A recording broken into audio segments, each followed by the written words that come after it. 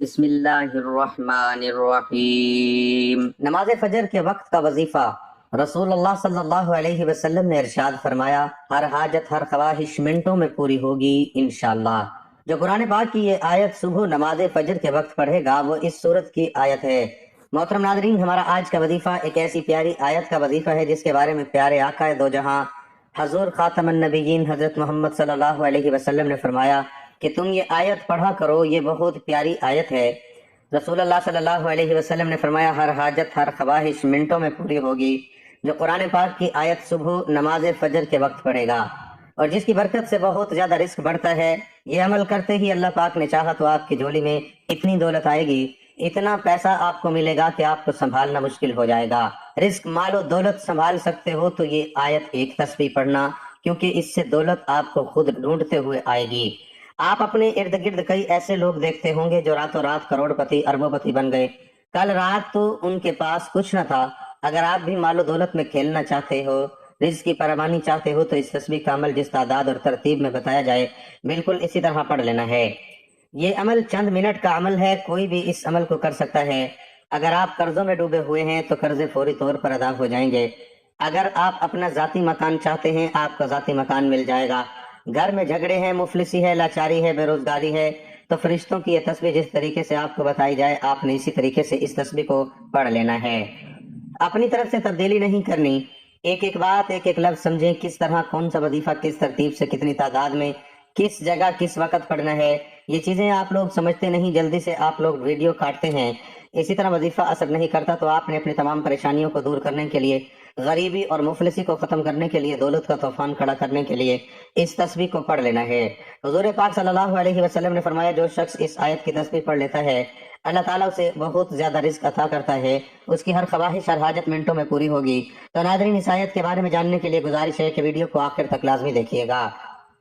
محترم ناظرین، کوئی بھی وظیفہ ہو، کوئی بھی عمل ہو، کوئی بھی تسبیح ہو یا کوئی ذکر اذکار ہو، یہ تمام ذکر اللہ تعالیٰ کے انوار کی گنجی ہے، بصیرت کا آغاز ہے اور جمال فطرت کا اقرار ہے۔ یہ حصول علم کا جال ہے، یہ تماشا گاہ ہستی کی جلوہ آرائیوں اور حسن افرینیوں کا اقرار ہے۔ ذاکر کے ذکر میں، زاہد کی فکر میں خالق حقیقی کی جھلک نظر آتی ہے۔ یہ تمام اذکار دراصل خالق حقیقی سے رابطے کی ایک شکل ہے۔ سورۃ العنکبوت کی آیت نمبر 45 میں ارشاد ربانی ہے، اور یقین کرو کہ اللہ کا ذکر ہر چیز سے بزرگ تر ہے۔ اللہ کے ذکر میں نماز، تلاوت قرآن، دعا، استغفار، ذکر، تسبیح سب شامل ہے۔ بقول حافظ ابن القیم، ذکر اللہ کی بڑی عظمت، اہمیت اور برکات ہیں۔ ذکر اللہ سے اللہ کا قرب نصیب ہوتا ہے اور انسان کی روحانی ترقی ہوتی ہے۔ ذکر اللہ سے قلوب منور ہو جاتے ہیں۔ ذکر اللہ ہی وہ راستہ اور دروازہ ہے جس کے ذریعے ایک بندہ بارگاہ الہی تک پہنچ سکتا ہے۔ حضرت ابو ہریرہ اور حضرت ابو سعید خدری رضی اللہ تعالیٰ عنہم سے روایت ہے کہ رسول اللہ صلی اللہ علیہ وسلم نے فرمایا، جب بھی اور جہاں بھی کچھ بندگان خدا اللہ کا ذکر کرتے ہیں تو لازمی طور پر فرشتے ہر طرف سے ان کے ارد گرد جمع ہو جاتے ہیں اور ان کو گھیر لیتے ہیں، اور رحمت الہی ان پر چھا جاتی ہے اور ان کو اپنے سائے میں لے لیتے ہیں، اور اللہ اپنے مقربین فرشتوں سے ان کا ذکر کرتے ہیں۔ تو ناظرین، اللہ کے ذکر کو اپنے دل میں بڑھاتے ہوئے اور اس کی مدد کی چنگاری کو اپنے اندر روشن کرتے ہوئے فرشتوں کی تسبیح کا عمل لے کر آپ کی خدمت میں حاضر ہوا ہوں۔ اس تسبیح کو پڑھنے سے ہر مصیبت، دکھ، پریشانی ختم ہو جاتی ہے۔ ناظرین، آپ نے کوئی بھی عمل، کوئی بھی وظیفہ کرنا ہے تو اللہ پاک کی ذات پر مکمل بھروسہ اور کامل یقین کے ساتھ کرنا ہے۔ دلوں میں وسوسے عمل کو ضائع کرتے ہیں۔ پورے یقین سے اللہ پاک کی ذات پر پورا بھروسہ کرتے ہوئے آپ کو یہ عمل کرنا ہے۔ اپنے دلوں میں اگر وسوسے رکھیں گے، اپنے دلوں میں اگر خیالات رکھیں گے کہ پتہ نہیں یہ وظیفہ اثر کرے گا بھی نہیں، کرے گا بھی یا نہیں، تو کچھ حاصل نہ ہوگا۔ اللہ پر یقین کا سفر دوستو بے حد حسین ہوتا ہے۔ جو اس راہ کے مسافر بن جاتے ہیں، کامیابی ان کا مقدر بن جاتی ہے۔ اللہ پر توکل اور اس کی ذات پر یقین کا سفر در حقیقت دکھوں بھری زندگی سے پرسکون زندگی کا سفر ہوتا ہے۔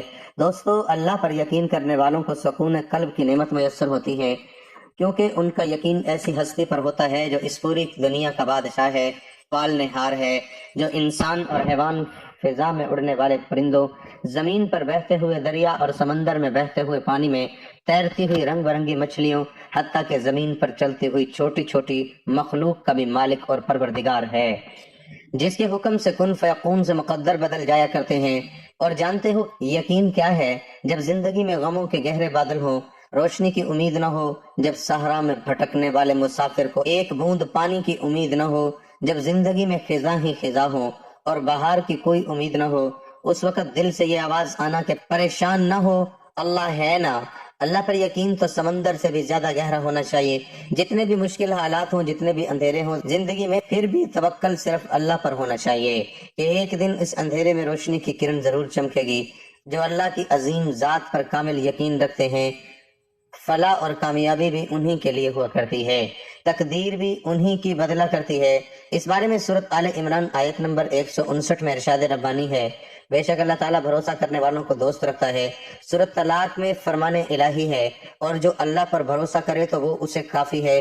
سورۃ المائدہ میں فرمایا، اور اللہ ہی پر بھروسہ کرو اگر تمہیں ایمان ہے۔ سورۃ الانفال میں ارشاد ربانی ہے، سچے اہل ایمان تو وہ لوگ ہیں جن کے دل اللہ کا ذکر سن کر لرز جاتے ہیں، اور جب ان کے سامنے اللہ کی آیات پڑھی جاتی ہے تو ان کا ایمان بڑھ جاتا ہے اور وہ اپنے رب پر اعتماد کرتے ہیں۔ یہ بھی ذہن نشین رہے کہ اعتماد و یقین اپنی کوشش پر نہیں بلکہ اللہ کی قدرت اور رحم و کرم پر ہو۔ ہمیشہ ہر معاملے میں اللہ تعالیٰ پر اعتماد، ہر معاملے میں اللہ پاک سے رجوع، اور ہر کام میں اللہ ہی کی محتاجی ہونی چاہیے۔ حضرت ابراہیم علیہ السلام کو جب آگ میں پھینکا جا رہا تھا، اس وقت بھی یہ کلمات ان کی زبان مبارک پر تھے، میرے لیے اللہ ہی کافی ہے اور وہ بہت اچھا کارساز ہے۔ اسی طرح سورۃ القصص میں حضرت موسیٰ علیہ السلام کی یہ دعا بھی کامل یقین کو ظاہر کرتی ہے، پروردگار جو خیر بھی تو مجھ پر نازل کر دے میں اس کا محتاج ہوں۔ سورۃ النساء میں فرمایا، تو اے نبی صلی اللہ علیہ وسلم ان سے کہہ دو کہ میرے لیے اللہ ہی کافی ہے، کوئی معبود نہیں مگر وہ، اسی پر میں نے بھروسہ کیا اور وہ مالک ہے عرش عظیم کا۔ اسی طرح سورۃ ابراہیم، سورۃ نحل، سورۃ ہود، سورۃ العنکبوت اور سورۃ مزمل میں بھی اللہ کریم و عظیم پر توکل یقین کے بارے آیات مبارکہ موجود ہے۔ حضرت عمر بن خطاب سے روایت ہے کہ رسول اللہ صلی اللہ علیہ وسلم کا فرمان عالی شان ہے کہ اگر تم اللہ پر اس طرح توکل اور بھروسہ کرو جس طرح توکل کرنے کا حق ہے، تو وہ تمہیں اس طرح رزق دے گا جیسے پرندوں کو رزق دیتا ہے۔ پرندے صبح سویرے خالی پیٹ نکلتے ہیں اور شام کو بھرے پیٹ واپس آتے ہیں۔ جب انسان اپنے رب پر اس قدر بھروسہ کر لیتا ہے کہ اس کے علاوہ کوئی بھی اس کی ضرورت پوری کرنے والا نہیں، تو اللہ بھی اپنے بندے کو مایوس نہیں لوٹاتا۔ جو لوگ اللہ کے در کو چھوڑ کر دوسروں کے در سے مانگتے ہیں، کیا انہیں اللہ کی ذات پر تھوڑا سی بھی یقین نہیں ہے؟ کیا انہیں اس دنیا کے لوگوں پر اللہ کی ذات سے زیادہ بھروسہ ہے؟ جو ذات رات کو درختوں پر بیٹھے ہوئے پرندوں کو بھی نیند میں نیچے گرنے نہیں دیتی، وہ ذات انسان کو بے یار و مددگار کیسے چھوڑ سکتی ہے؟ اللہ پاک کی ذات تو رحیم و کریم ہے، انسان کو اس کی سوچ سے بڑھ کر عطا کرنے والی ہے۔ اللہ تو فرماتا ہے کہ اے میرے بندو مجھ سے مانگو میں تمہیں عطا کروں گا، اور عطا بھی ایسا کروں گا کہ تم حیران رہ جاؤ گے۔ لیکن دوستو، ہم انسان ہی بے وفا ہیں جو در در پر جا کر سر جھکاتے ہیں، اللہ کو چھوڑ کر اللہ کے بنائے ہوئے بندوں سے مانگتے ہیں۔ اللہ پر یقین کے معاملے میں ناظرین زیادہ نہ سوچا کریں، آنکھیں بند کر کے یقین کر لیا کریں، کیونکہ یہی وہ راستہ ہے جہاں فلاح اور کامیابی نصیب ہوتی ہے۔ یہی وہ راستہ ہے جہاں پر کامیابی انسان کا مقدر بن جاتی ہے۔ یہی وہ راستہ ہے جہاں دنیا اور آخرت سنور جاتی ہے۔ اللہ تو قادر مطلق اور بے نیاز ہے، انسان کی سب خواہشات پوری کرنے پر قادر ہے، بس اللہ کی ذات پر کامل یقین ہونا چاہیے۔ اللہ کی ذات پر یقین حضرت ابراہیم علیہ السلام جیسا ہونا چاہیے جس کے توکل کے ذریعے آگ ٹھنڈی کر دی گئی۔ اللہ پر توکل تو حضرت موسیٰ علیہ السلام جیسا ہونا چاہیے جو دریا میں بھی راستہ بنوا دیتا ہے۔ اللہ پر توکل تو یوسف علیہ السلام کو یعقوب علیہ السلام سے ملوا دیتا ہے۔ اللہ پر توکل تو شدید طوفان میں بھی کشتی نوح کو پار لگا دیتا ہے۔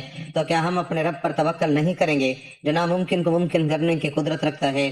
امام بہقی اور طبرانی نے حضرت ابو ہریرہ رضی اللہ تعالیٰ عنہ سے روایت نقل کی ہے کہ نبی کریم صلی اللہ علیہ وسلم نے فرمایا، مجھے اپنی امت پر صاف یقین کے سوا کسی شے کا خوف نہیں ہے۔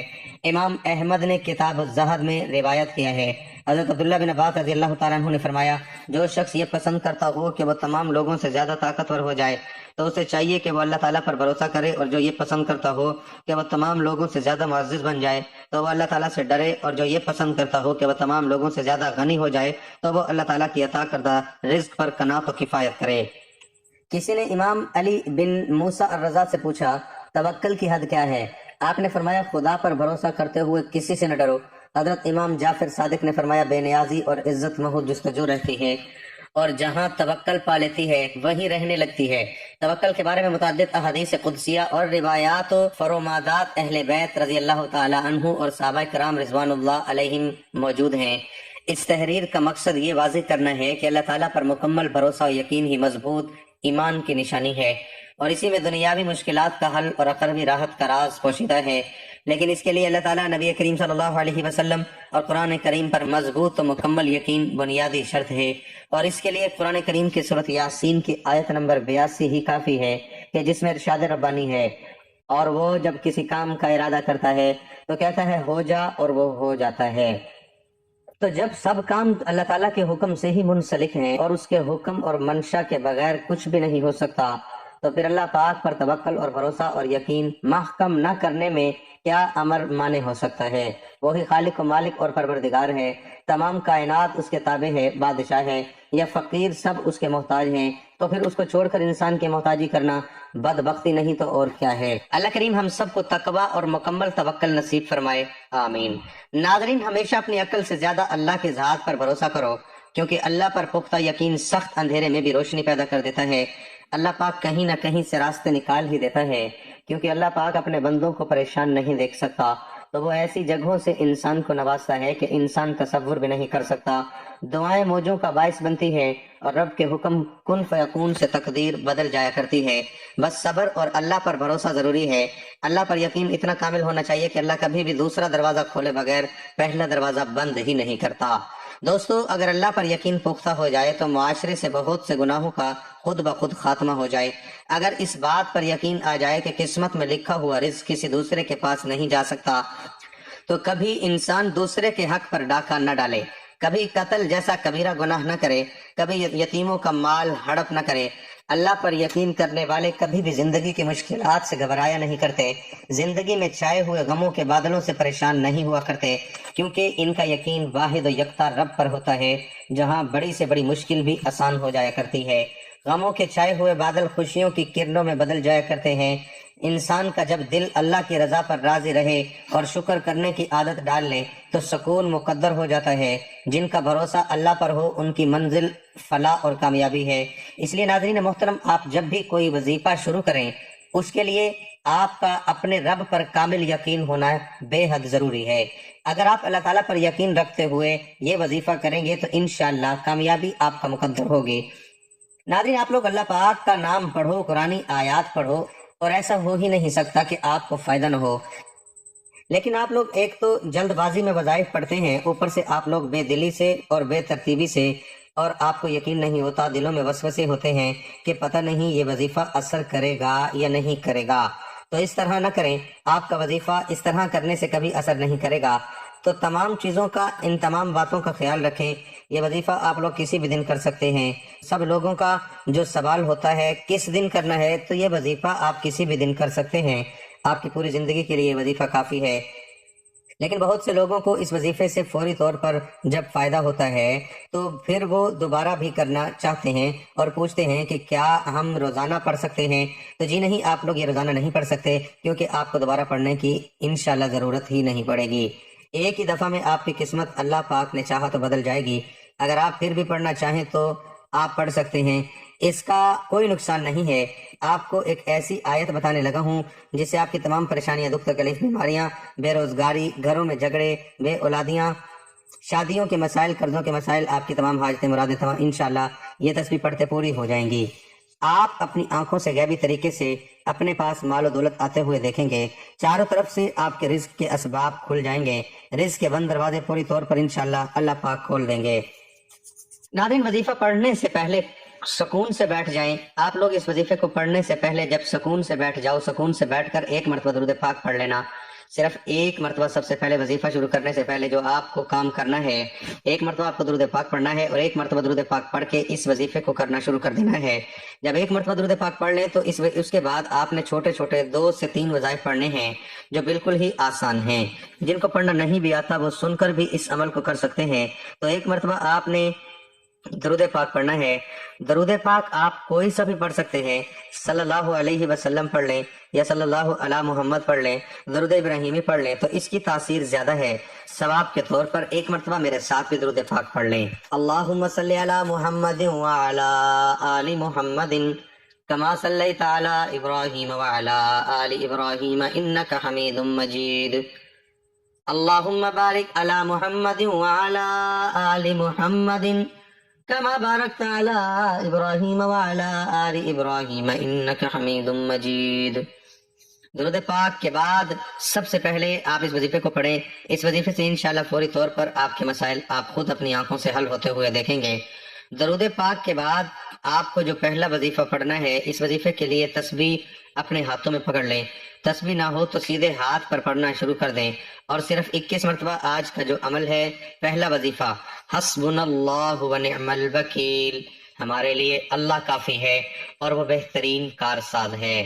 جب سارے در بند ہو جائیں، جب لوگ ساتھ چھوڑ جائیں، جب حالات بے قابو ہو جائیں، تو بس یہ ایک جملہ کہو، حسبنا اللہ ونعم الوکیل، اور دیکھو کہ تمہارا رب کس طرح تمہارے لیے کافی ہو جاتا ہے۔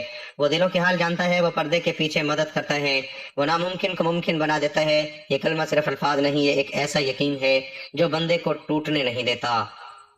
آج دل سے کہیے حسبنا اللہ ونعم الوکیل۔ صرف 21 مرتبہ آپ کو یہ وظیفہ پڑھنا ہے۔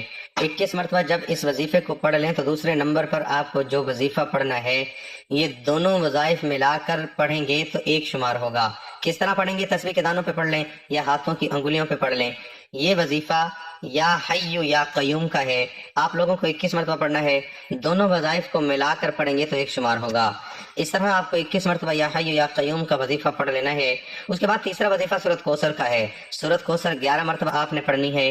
انا اعطیناک الکوثر فصل لربک وانحر ان شانئک هو الابتر۔ اور آخری وظیفہ جو آپ کو پڑھنا ہے وہ ایک تسبیح ہے جو اللہ تعالیٰ کو بہت عزیز ہے۔ یہ تسبیح فرشتوں کی تسبیح ہے جسے فرشتے بھی پڑھتے ہیں، اور وہ تسبیح ہے سبحان اللہ و بحمدہ سبحان اللہ العظیم۔ ناظرین، یہ تسبیح اللہ تعالیٰ کو بہت پیاری ہے۔ اللہ تعالیٰ کے عظیم انعامات میں سے ایک انعام یہ تسبیح بھی ہے۔ تسبیح کہتے ہیں اللہ تعالیٰ کی شان اور پاکی بیان کرنے کو۔ سبحان اللہ و بحمدہ سبحان اللہ العظیم، یہ تسبیح اللہ تعالیٰ کا وہ ذکر ہے جس کے سلطنت 7 آسمانوں کے اوپر تک پھیلی ہوئی ہے، اور قرآن عظیم الشان کی 7 مبارک صورتوں کا آغاز تسبیح سے ہوتا ہے۔